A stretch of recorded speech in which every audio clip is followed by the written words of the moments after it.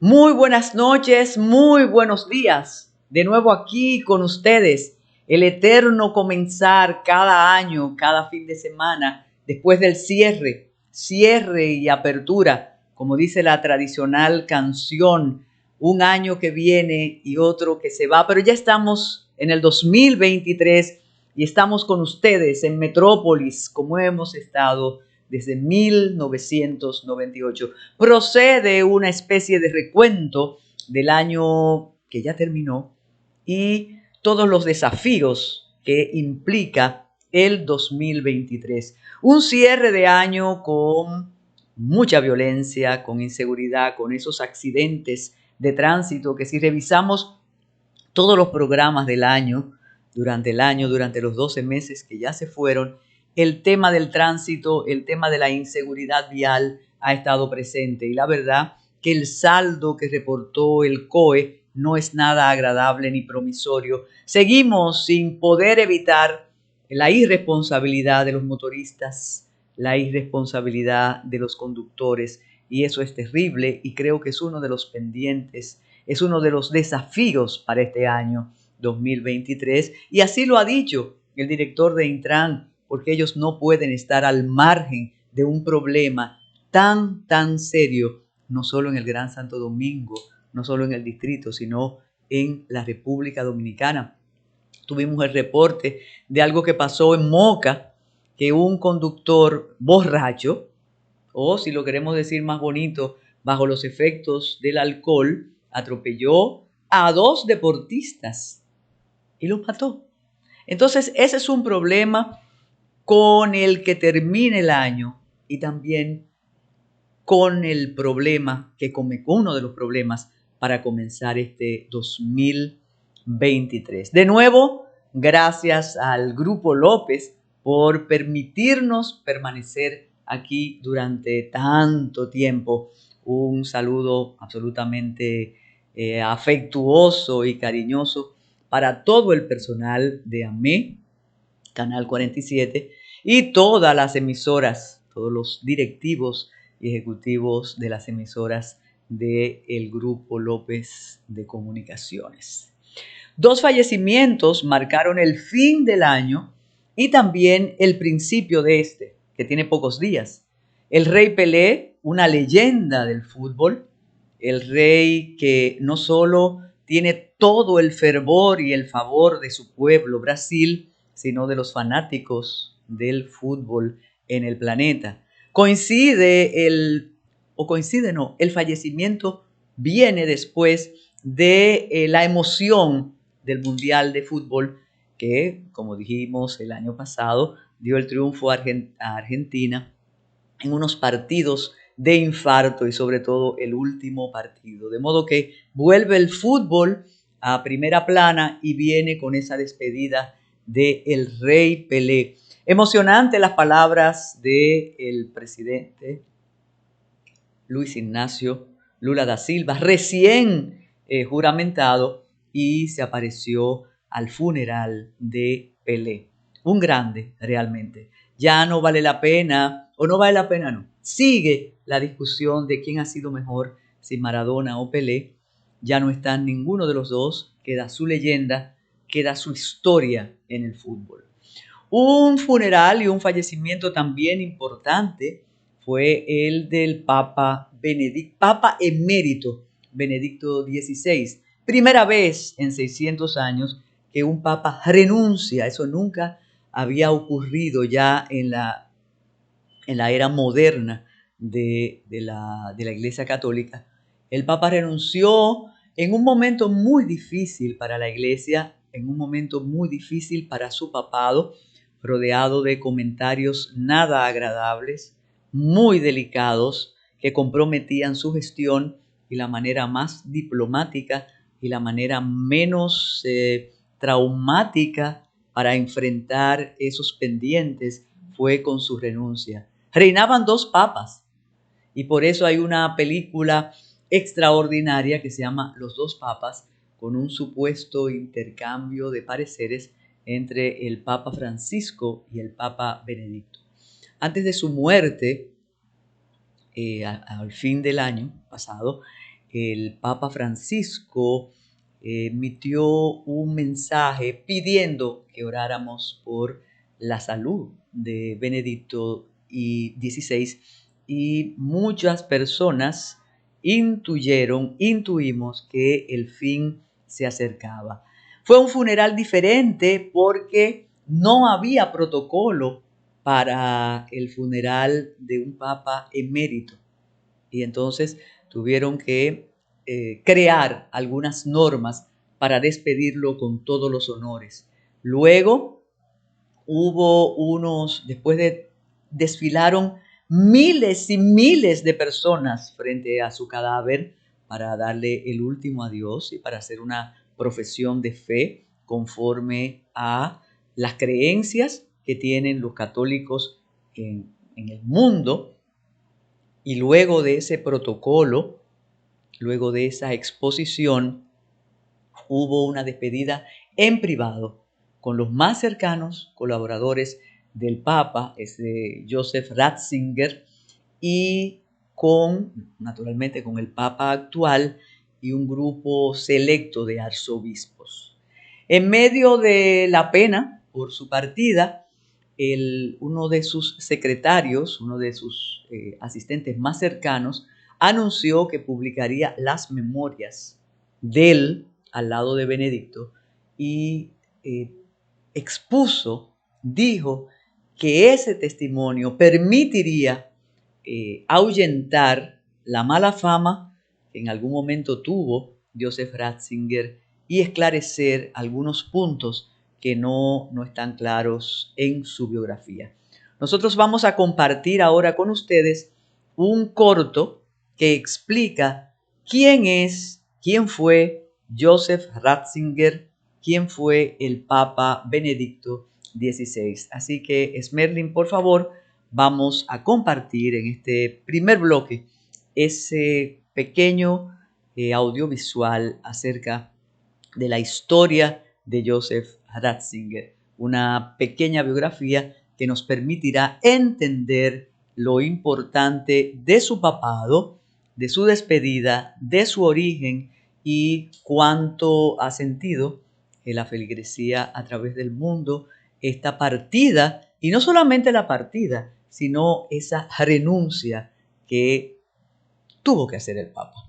No es que hizo, es que tuvo que hacer. Así que adelante, Esmerlin, con el corto.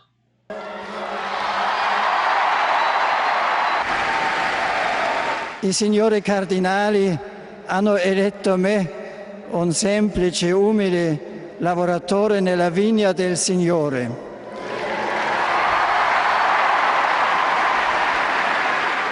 Benedicto XVI, Joseph Ratzinger, el séptimo soberano de la Ciudad de Vaticano. Ratzinger, el Papa número 265 de la Iglesia Católica, nació un sábado santo y fue bautizado ese mismo día, 16 de abril de 1927. En Mark, municipio al sureste de Alemania, perteneciente a la Alta Baviera. Su padre fue comisario de la Gendarmería y provenía de una antigua familia de agricultores de la Baja Baviera. Su madre era hija de artesanos. Antes de casarse, trabajó de cocinera en varios hoteles. Joseph vivió su juventud en una época en que el régimen nazi mantenía un clima de fuerte hostilidad contra la Iglesia Católica. En los últimos meses de la Segunda Guerra Mundial, fue enrolado en los servicios auxiliares antiaéreos. Entre 1946 y 1951, estudió filosofía y teología en la Universidad de Múnich. El 29 de junio de 1951, recibió la ordenación sacerdotal y un año después inició su actividad de profesor en la Escuela Superior de Freising. 2 años después, en 1953, se doctoró en teología con la tesis Pueblo y Casa de Dios en la doctrina de la Iglesia de San Agustín. Como cardenal de la Iglesia, Ratzinger estuvo presente en 3 cónclaves. El de agosto de 1978, que eligió a Juan Pablo I, el de octubre del mismo año, que eligió a Juan Pablo II, y el de 2005, que lo eligió como su sucesor, en el segundo día del cónclave, después de 4 rondas de votaciones.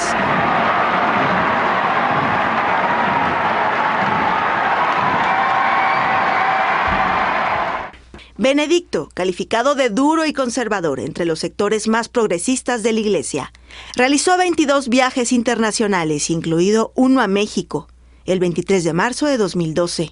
Visitó las ciudades de León, Silao y Guanajuato.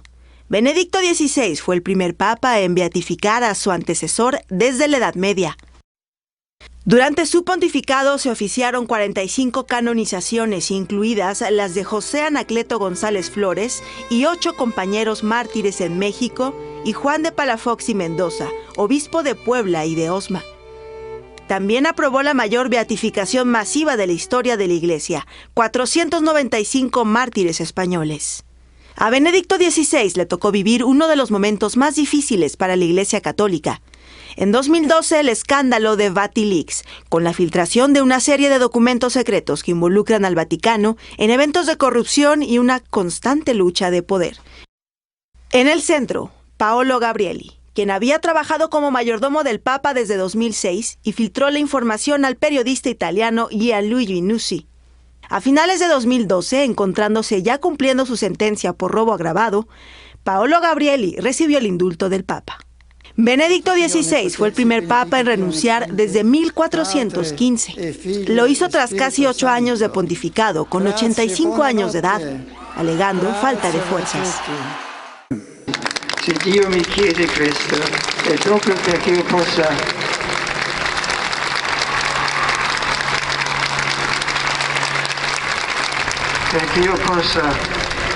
continuare a servirla con la stessa dedizione e lo stesso amore con cui ho cercato di farlo fino ad ora, ma nel modo più adatto alla mia età e alle mie forze. Benedicto XVI, el único papa en la historia en renunciar de forma libre y voluntaria, asumiendo el título de Papa emérito con la intención de dedicarse a la oración y al retiro espiritual. Renuncia que se hizo efectiva el 28 de febrero a las 20 horas, hora de Italia.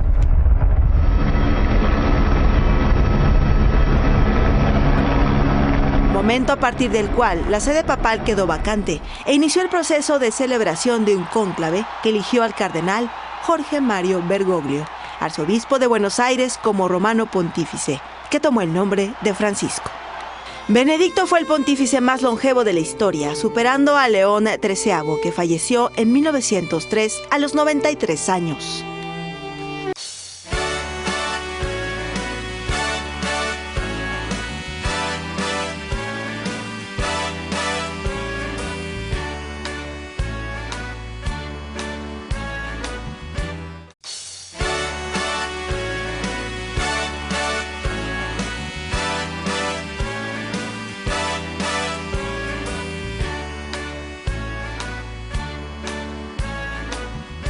Este año que comienza, que está estrenando sus días, tiene algunas particularidades que debemos compartir con ustedes, pero que sabemos que ustedes las intuyen, esas particularidades, o las saben.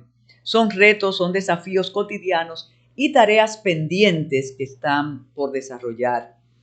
Es un año que tiene la inminencia, no la posibilidad, sino la inminencia de la declaración, de la admisión ya del presidente Abinader comunicando su decisión de asistir a las elecciones para obtener el favor del pueblo y ejercer un segundo mandato si resultara beneficioso de nuevo con la voluntad popular. Tiene que hacerlo porque ya en octubre son las primarias de los partidos y el presidente ha mantenido una especie de silencio estratégico, pero todos nos damos cuenta de lo que pasa a su alrededor y hay una casi segura opción, repostulación para acceder al segundo mandato. Esto tiene mucha importancia, tiene gran importancia. Primero, la tendrá en la gestión gubernamental, ya cuando se sabe que existirá una segunda oportunidad, cambian los parámetros sin lugar a dudas, pero también tiene una importancia en el partido del presidente Luis Abinader, el Partido Revolucionario Moderno, que siempre he dicho que es su partido. Ese es un partido, evidentemente, que se nutrió de parte de la militancia del Partido Revolucionario Dominicano, pero que sin lugar a dudas es el partido creado para la candidatura, para la presidencia, para la opción del presidente Abinader, y viene de la ASD, Alianza Social Demócrata, de su padre, José Rafael Abinader. Así que ese es el partido del presidente Abinader, y siempre lo he planteado cuando hay personas que quieren incidir en el mismo como si se tratara de aquel partido del Hacho y el partido del pueblo y de la libertad. Y es ya el tiempo pasó. Pero ¿cuál sería el inconveniente que podría crearse cuando el presidente decida que va? Y ya no hay posibilidades de discutir la candidatura dentro del partido, aunque los estatutos así lo dispongan. El inconveniente es que hay dos posibles aspirantes a esa candidatura que han planteado en público la decisión de pelear la misma, de exponerse al favor de la militancia, de discutir la candidatura. No que el partido diga el candidato es el presidente Abinader, sino que se exponga al escrutinio de las bases del PRM, no de la convención de delegados, sino de la base del PRM y posiblemente de una valoración abierta, se exponga Guido Gómez Mazara y Ramón Alburquerque. Eso ellos lo han dicho, lo han defendido, e incluso hay una parte, supuestamente, pero que funciona de manera muy discreta, pero hay una parte del partido que apuesta a esa opción y va más lejos. Dice que tanto uno como otro, Ramón Alburquerque como Guido Gómez Mazara, tienen posibilidades de competir. Ese es uno de los pendientes, de los desafíos que tiene el primer trimestre del año. Del mismo modo, la economía, aunque eso es materia para economistas, los augurios compiten entre la esperanza de seguir siendo el ejemplo en la región y de tener unos índices de estabilidad realmente envidiables y de tener una macroeconomía estable y de tener un turismo sencillamente extraordinario. Basta mencionar lo que ocurrió en Puerto Plata con la llegada de uno de los cruceros más grandes o el crucero más grande del planeta. Entonces se debate el asunto, ¿nos va a ir bien o no nos va a ir mejor? Pero eso es discusión de economistas y está casi empate el que nos va a ir bien y el que podría empeorar la situación, siempre y cuando se lleven de las recomendaciones del Banco Central, que hasta ahora ha mantenido el equilibrio y ha impedido lo que ha ocurrido en otros países. En cuanto a la gestión gubernamental, el pendiente esencial es la seguridad ciudadana. Están ya apareciendo los resultados del observatorio de la delincuencia de la violencia, que hace el Ministerio de Interior y Policía, que hace el gobierno. Un poco atrasado, eso lo debemos decir, pero con contundencia y con mucha seriedad, Tiene que ver, y sé que el equipo aquí de Metrópolis lo va a felicitar, la cita, tiene que ver con la gestión de nuestro muy apreciado amigo Daniel Pou, que es quien se encarga de esas estadísticas. Las estadísticas que están apareciendo son de finales del año pasado, de mitad del año pasado. No se confunde cuando empieza el año. Y los índices no son nada agradables. Nosotros vivimos en una sociedad violenta. Todavía esas estadísticas que ofrece el Ministerio de Interior y Policía no revela lo que pasó faltando 3 meses para concluir el año, y ha sido lo que yo le llamo el exterminio de los supuestos delincuentes. La policía está matando delincuentes. Esa policía que criticamos muchísimo y que le decimos de todo, pero ahora de manera solapada valoramos porque está matando delincuentes, sin proceso, sin juicio, sin sentencia. El argumento que siempre vamos a tener enfrente es que, bueno, pero le disparan a la policía, se tiene que defender. Sí, pero sin lugar a dudas eso afecta el Estado de Derecho, porque siempre se van a eliminar a los delincuentes, entre comillas, y sin sentencia, de la marginalidad.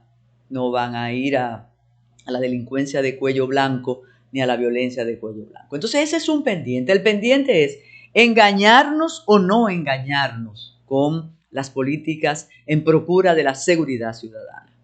Nos pueden ofrecer las estadísticas, nos pueden decir que es percepción, pero hasta qué punto ya cuando culmina el operativo de vigilancia, que nunca he entendido por qué funciona solo cuando se trata de operativos y no funciona de manera continua, de manera estable, porque si se puede hacer para fin de año o para Semana Santa o para un fin de año, un fin de semana especial, ¿por qué no se puede hacer? Porque es muy caro, es muy costoso, y es verdad, pero entonces da resultado. Pero a partir del levantamiento del operativo, que culmina ya el 10 de enero, ¿qué va a pasar con la seguridad? Y también la gran incógnita, si matando supuestos delincuentes vamos a evitar los robos con violencia, los robos en los domicilios, los robos con nocturnidad, todo lo que nos está ocurriendo. Ahí tenemos que engarzar necesariamente en la evaluación y los desafíos del año, de este que viene, de este que está ya caminando, lo que está pasando con esa violencia doméstica, esa violencia familiar, esa violencia de la conyugalidad o en las parejas. Iniciamos el año con casos definitivamente estremecedores, con casos, y nosotros hemos tenido como política en Metrópolis, a veces manejar esas informaciones con delicadeza para no contribuir al morbo y al sadismo que eso implica, pero hay casos que no podemos jamás omitir, como es el caso del dominicano que esperó a su pareja puertorriqueña, que vino a decirle que estaba embarazada, y la recibió con 50 estocadas. Y no solo eso,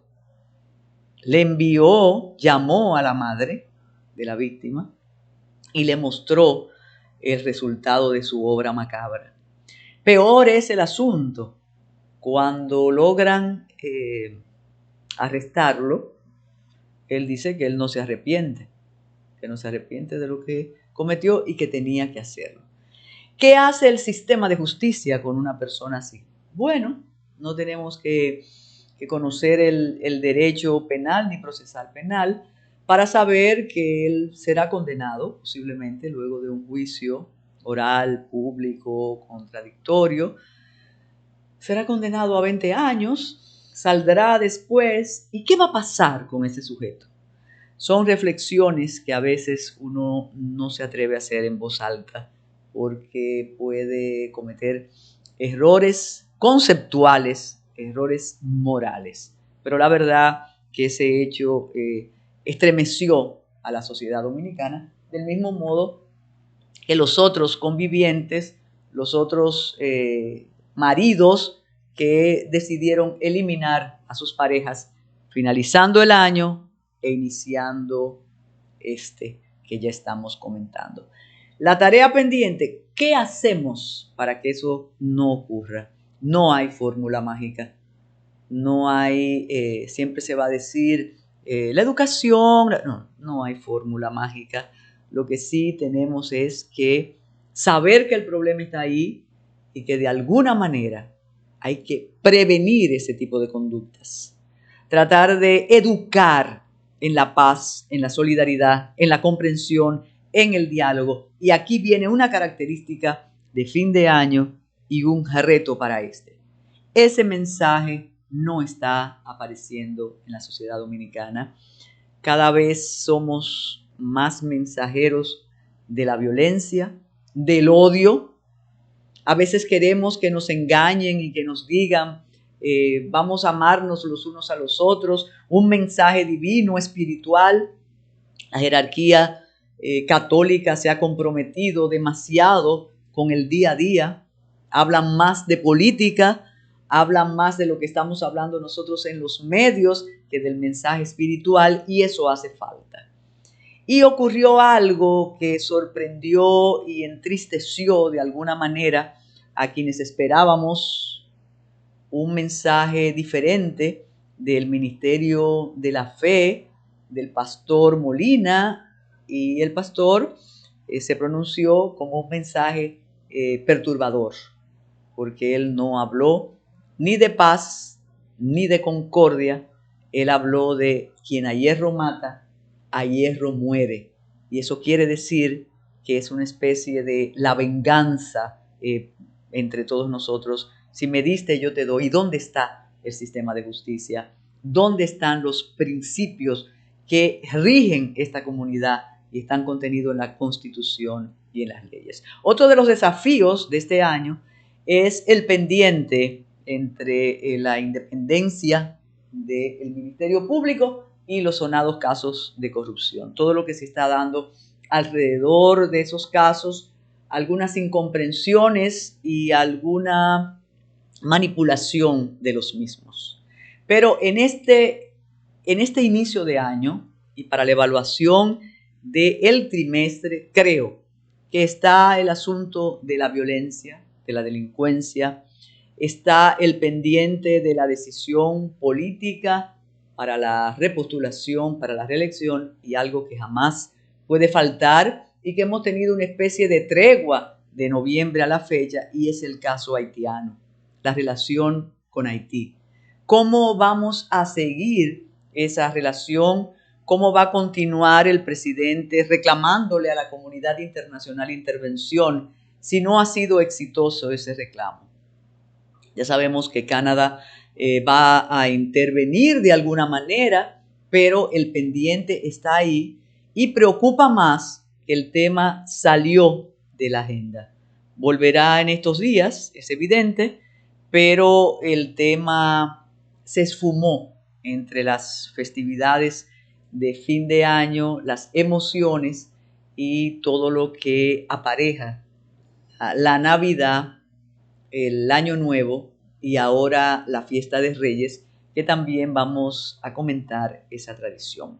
De modo que ahí tenemos la puerta abierta del año 2023 con algunos de sus pendientes. Y un detalle que he expuesto en otros foros y a mí me preocupa, pero me imagino que luego que el presidente diga que va, él enviará el mensaje de que se apacigüe tanto mensaje de alabanza a su persona. A mí me parecen mensajes propios de otra época y de otros periodos gubernamentales. Se suponía o se presumía que el gobernante del cambio, el hombre que presume de ser cercano de la colectividad, no iba a permitir tantas loas y tantos discursos diciendo que como él no hay ninguno. Y eso no es beneficioso para la democracia. Eso conduce de manera sigilosa y peligrosa al culto de la personalidad, y las consecuencias de esas prácticas nunca son buenas ni para la democracia ni para la estabilidad de una sociedad. Vamos a hacer una pausa y venimos con la reunión que provocó tantos comentarios en esta semana que casi, ya se agota y comienza la otra pausa.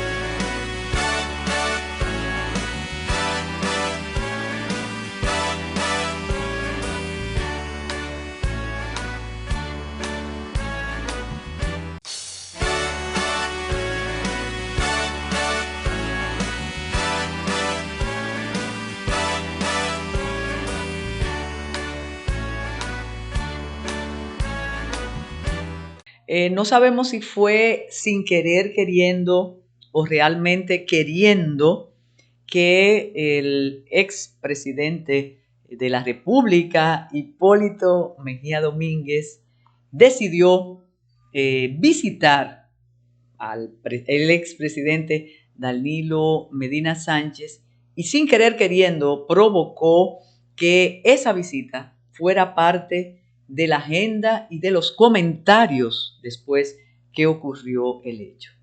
Se han tejido innúmeras teorías después de esa visita y podemos citarlas una a una y podemos también decodificar la veracidad o el contenido de esas y realmente simplificar el significado de la visita. No es un secreto que entre los dos expresidentes existe una buena relación. Existía desde antes.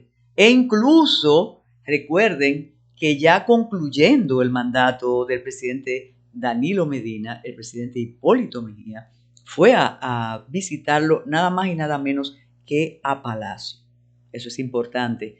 Y el presidente Mejía nunca ha negado esa relación cordial. Hay un aspecto esencial en la democracia dominicana y nosotros lo hemos planteado en varias ocasiones en distintos foros, pero aquí en Metrópolis. Es un privilegio de la democracia y de la institucionalidad tener vivos y activos 3 expresidentes de la República.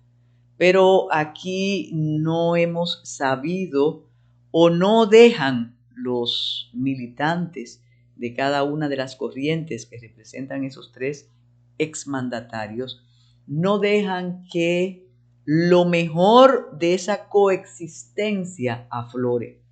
Incluso hay democracias, hay otros países donde se les invita a los expresidentes activos a determinados actos. Aquí, cuando eso ocurre, todo se convierte en rumor y se convierte en esa mezcla de especulación.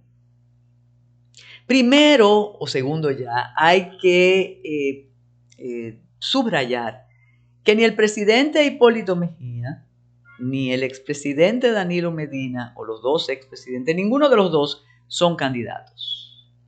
La diferencia entre el presidente Danilo Medina y el presidente Hipólito Mejía es que Danilo Medina Sánchez es presidente del Partido de la Liberación Dominicana y el presidente Mejía no tiene ningún cargo en el PRM, ningún cargo individual. Él es parte, creo que, de un organismo, ¿no?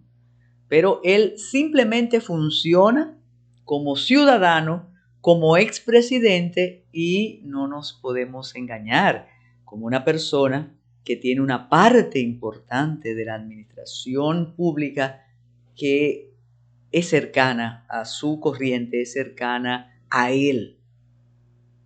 Y no hay que descartar tampoco que la alcaldesa del distrito, la primera alcaldesa del Distrito Nacional, es su hija. Y el ministro de las Fuerzas Armadas es una persona que no solo fue funcionario durante la gestión del presidente Mejía, sino que es una persona del afecto y de la familiaridad del presidente. Esos son casos para ponerlo, pero el caso de la alcaldesa, eso fue mediante votos. Pero en la administración pública, los conocedores de los tejemanejes del antiguo PRD y del partido del presidente Abinader te dicen quiénes son y quiénes no son de Mejía. Una diferencia también, y qué bueno que ahí me la recuerden, es que el presidente Medina fue 2 veces presidente, y el presidente Hipólito Mejía solo una. Y que el presidente Mejía tiene una especie de malquerencia con el expresidente Leonel Fernández. Entonces, no nos acostumbramos a esa cordialidad entre políticos, aunque siempre he dicho que las cúpulas se llevan muy bien, que el asunto es en las bases y que ellos mantienen como en el juego de pelota, que los ejecutivos de los equipos son amigos y trazan estrategias comunes, pero nosotros en las gradas del estadio peleamos por nuestros equipos. Entonces eso pudo ser sencillamente un saludo de Año Nuevo, como buen cibaeño. El presidente Mejía es muy, muy afectuoso, muy amigo de sus amigos, y fue a visitar, a saludar a su amigo Danilo Medina y a desearle lo mejor para el año 2023. Quienes conocen muy bien al presidente Medina dicen que hasta la forma como estaba vestido el presidente Medina se sabía o se intuía que no era algo pensado esa visita, porque el presidente no tenía corbata, aunque el presidente Mejía está ahí con una camisa. No, ¿verdad, Esmelín? Enséñeme, ni siquiera es una chacabana, es una camisa. Pero vamos a admitir primero, con la presunción de inocencia, que fue una visita cordial, de amistad. Pudo ser secreta y no lo fue. Pero entonces, ¿cuáles son las especulaciones? Las especulaciones es que se está planteando una alianza con miras a las elecciones municipales entre el PLD y el PRM. Y también que leyéramos con atención el mensaje desde el PLD y desde el entorno del presidente Medina Sánchez, dando cuentas de esta visita tan importante, de este saludo de Año Nuevo que ha despertado tantas especulaciones. No olvidemos, claro, gracias por las apuntaciones, no olvidemos que hubo una reunión a puerta cerrada entre ellos dos, dicen los que estaban de 40 minutos, pero había más personas. Estaba el amigo Pepe Goico, estaba Carlos Pare Pérez. Entonces se habló posiblemente del costo de los plátanos y de la prohibición para exportar pollos durante un periodo. Así que ese fue tema muy importante.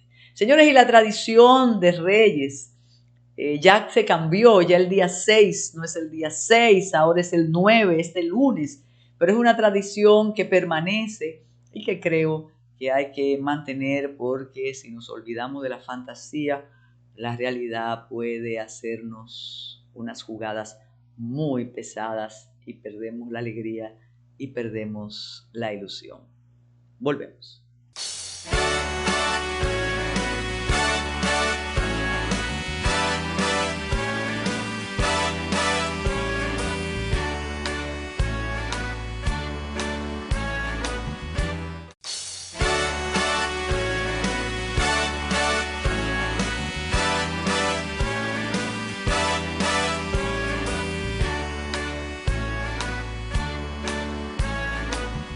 Un exitoso 2023 para todos ustedes en el día de hoy.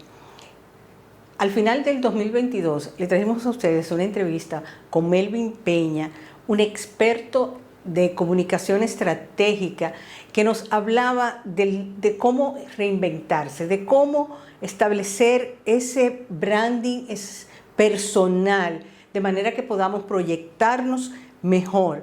Y le prometimos esta segunda parte de esta entrevista tan interesante con Melvin Peña, donde nos da algunos tips de cómo presentarnos, de cómo buscar herramientas importantes como LinkedIn para poder proyectarnos y de cómo contar esa historia que nos va a hacer memorable en la mente de nuestros clientes presentes y futuros. Espero que la puedan disfrutar.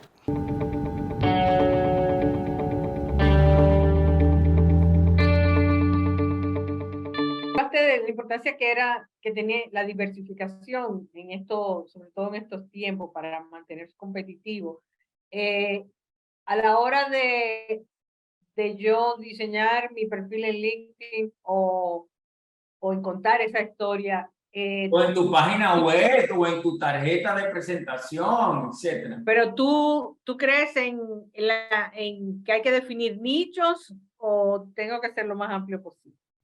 Mira, yo siempre digo que hay que hablarle a una audiencia específica.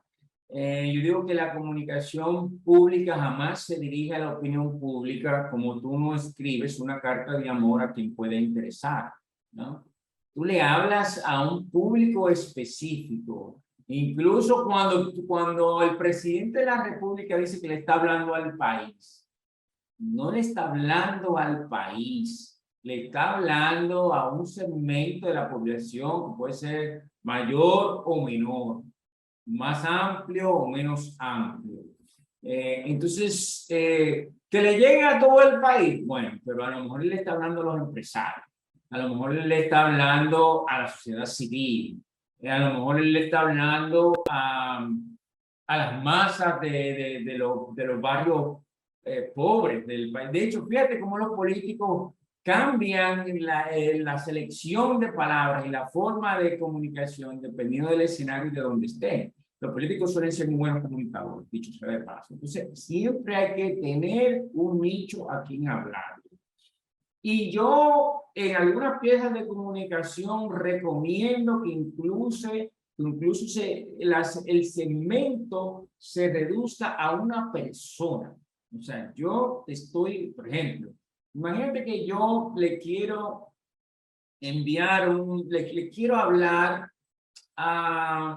al grupo de consultores como tú que se dedican a apoyar a las empresas a exportar y a conquistar el Caribe inglés o el Caribe francófono. Habrá otros como tú. Habrá un grupo ahí. Yo en vez de hablar del segmento, yo puedo iniciar mi borrador de comunicación hablando de Atayana. Y luego, para hacerlo un poco más general, pues ya le quito entonces te escribo a ti en primera persona, con la calidez con que te voy a tratar, y luego lo voy, digamos, en el proceso de edición, limpiando de esa personalización, pero al final sedimenta una calidez que es inusual en el mundo corporativo. Entonces, tú me dirás, bueno, pero entonces te está perdiendo mucha gente. Bueno, realmente cuando uno es para todo, es para nadie, por un lado. Pero la manera de compensar eso es tratar de que en el contenido que tú publiques siempre estén las palabras clave, las palabras del llamado SEO, ¿no? O sea, la forma en que la gente busca a través de Google. Por ejemplo, si me fueran a buscar a un tipo de profesional como yo, pues seguramente pondría consultor en comunicación estratégica, relaciones públicas, comunicación de marketing. Entonces yo trato de tener eso en mi comunicación. Eso usualmente, déjame decirte, para mí es un verdadero desafío, porque le quita también originalidad. O sea, si tú quieres estar como esas palabras, si tú quieres tener en tu perfil esas palabras clave, esas palabras con que la gente te busca en Twitter, perdón, en Google, busca un profesional como tú, entonces tu comunicación tiende a ser un poco plana. Y para mí siempre es un desafío ver cómo tengo esas palabras que los buscadores reconocen más, pero también esos elementos que hacen de mi propuesta de valor única, esa manera de decirlo también que es original. Es un acto de equilibrio, pero concretando, siempre hay que tener un nicho, siempre hay que hablarle a alguien y hay que tener en este mundo digital, porque ya todo es digital, hay que contar siempre con esas palabras claves con lo que la gente te busca en Google. Cuando yo trabajo con empresas, una de las cosas más difíciles, por ejemplo, para hacer una estrategia de exportación, es cómo ¿cómo selecciono? ¿Cómo? Porque todo el mundo piensa, si yo escojo un nicho, voy a dejar de lado los otros. Entonces, tratar de escoger dentro de esas 4 cosas, 5, 6, 7, que yo sé hacer, que yo puedo hacer, un abogado, como el caso que tú pusiste. Yo tengo que poner que yo puedo hacer todos los tipos de documentos o todo tipo de casos se les hace difícil escoger ese punto con el que me voy a presentar, esa carta de presentación, ese punto. ¿Qué tú le recomiendas?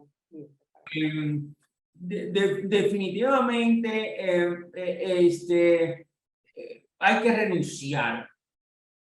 En comunicación, hay una máxima en comunicación que para mí es muy básica, pero también es la más violentada, es que menos es más. Menos es más. Hay que renunciar para que un público te aprecie. Tú tienes que renunciar a otros públicos. Tú, por ejemplo, yo recuerdo, hace unos años yo me rompí un tobillo. Yo tuve una fractura de tobillo y tuve que operarme. Y cuando yo estaba buscando, ¿cómo se llama? Estudiando los perfiles de los ortopedas, que yo veía esos ortopedas que le entraban a todo, yo decía, no, podía ser súper famoso, pero decía, no, ese no es el que yo quiero. Yo quiero el especialista en tobillo. Yo quiero el especialista en tobillo. Entonces, comunicar siempre es un ejercicio de renuncia, siempre. La comunicación efectiva siempre es un ejercicio de discriminación y de renuncia. Por ahí se dice que escribir es de hombre, pero editar es de dioses, ¿sabes? Entonces, digo, si fuera fácil, todo el mundo comunicara bien. O sea, no existieran los profesionales como yo, que se dedican a apoyar a la gente a comunicarse mejor. Pero comunicación es siempre un acto de renuncia, de discriminación. Y bueno, quizá una guía para uno, se me ocurre una guía para uno saber qué elegir y qué votar. Bueno, eso depende mucho del modelo de negocio. Por ejemplo, yo soy un consultor que no quiero tener muchos clientes. No me interesa tener muchos clientes. No quiero tener los grandes. ¿No? Yo quiero tener los complejos. Y a mí me interesa, por ejemplo, trabajar mucho con crisis, porque las crisis son digamos, donde la gestión de crisis es, digamos, donde tú pones todas tus capacidades, tú inviertes todas tus capacidades profesionales al máximo para ayudar a tus clientes, pero también es la actividad más rentable. ¿Entiendes? Entonces, yo he renunciado a apoyar las actividades de relaciones públicas, convocatoria de notas de ruedas de prensa y eventos, que hay un buen dinero ahí, un dinero que se hace diario, porque yo prefiero trabajar crisis, que es una cosa más rentable y me da mucha más satisfacción. Pero ¿cuándo ocurren las crisis? Ocurren eventualmente, pero el acto con la prensa, el encuentro con la prensa, la entrevista con la prensa es diario. O sea, que depende mucho de tu modelo de negocio. Pero si quisiera dejarle algo a tu audiencia, es que tiene que discriminar, tiene que renunciar para que su comunicación sea efectiva. Sí, y como tú empezaste diciendo que en estos momentos había también que diversificar, una cosa no se contradice con la otra, ¿no? Porque tú puedes diversificarte y a la vez tener en tu proyección escoger cuál es tu... Sí, pero fíjate, esa diversificación a la vez es lo que te hace original. Es lo que te hace original. Imagínate que por ejemplo, yo conozco un abogado que es médico. Eso como que no tiene ni pie ni cabeza, ¿no? Pero eso me hace recordarlo.